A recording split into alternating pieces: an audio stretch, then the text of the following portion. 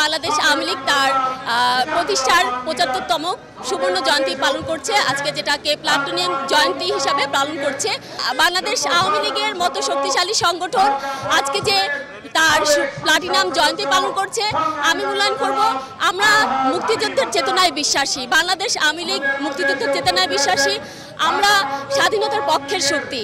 তাই সবাইকে বলবো যে আজকের যে তরুণ প্রজন্মকে, বিশেষ করে আমরা তরুণদের প্রতিনিধিত্ব করি, আমরা মানুষকে বলবো আপনারা তরুণরা স্বাধীনতার পক্ষে শক্তির সাথে অবশ্যই ঐকমত থাকবেন। আমরা বাংলাদেশ আওয়ামী লীগ মনে করি ঐক্যবদ্ধ বাংলাদেশ আওয়ামী লীগকে কেউ হারাতে পারে না। এই পর্যন্ত শেখ হাসিনার যা অর্জন, আমাদের ৪৩ বছরের উনি এই দলের সভানেত্রী হিসাবে যা করেছেন, এই দল একটি আজকে সমৃদ্ধ দলে পরিণত হয়েছে। আজকে চতুর্থবারের মতো তিনি টানা ক্ষমতায় এসেছেন। তাই তিনি আজকে পদ্মা সেতু বলেন, রূপপুর পারমাণবিক বিদ্যুৎ কেন্দ্র বলেন, অসংখ্য অর্জন তার। আজকে দেশ খাদ্য স্বয়ংসম্পূর্ণ হয়ে খাদ্য রপ্তানি করে।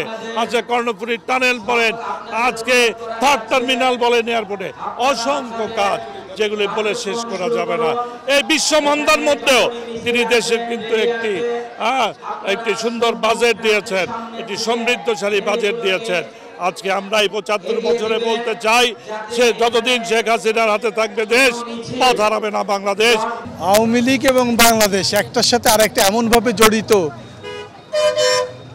আওয়ামী লীগের জন্ম হয়েছিল বলে বাংলাদেশ নামে এই ভূখণ্ডের জন্ম হয়েছে, এবং সেই ভূখণ্ডের একজন নাগরিক হিসেবে আমি মনে করি বঙ্গবন্ধুর কন্যা শেখ হাসিনার নেতৃত্বে অনেক ষড়যন্ত্রের মধ্যেও বাংলাদেশ কিন্তু দুর্বার গতিতে এগিয়ে যাচ্ছে।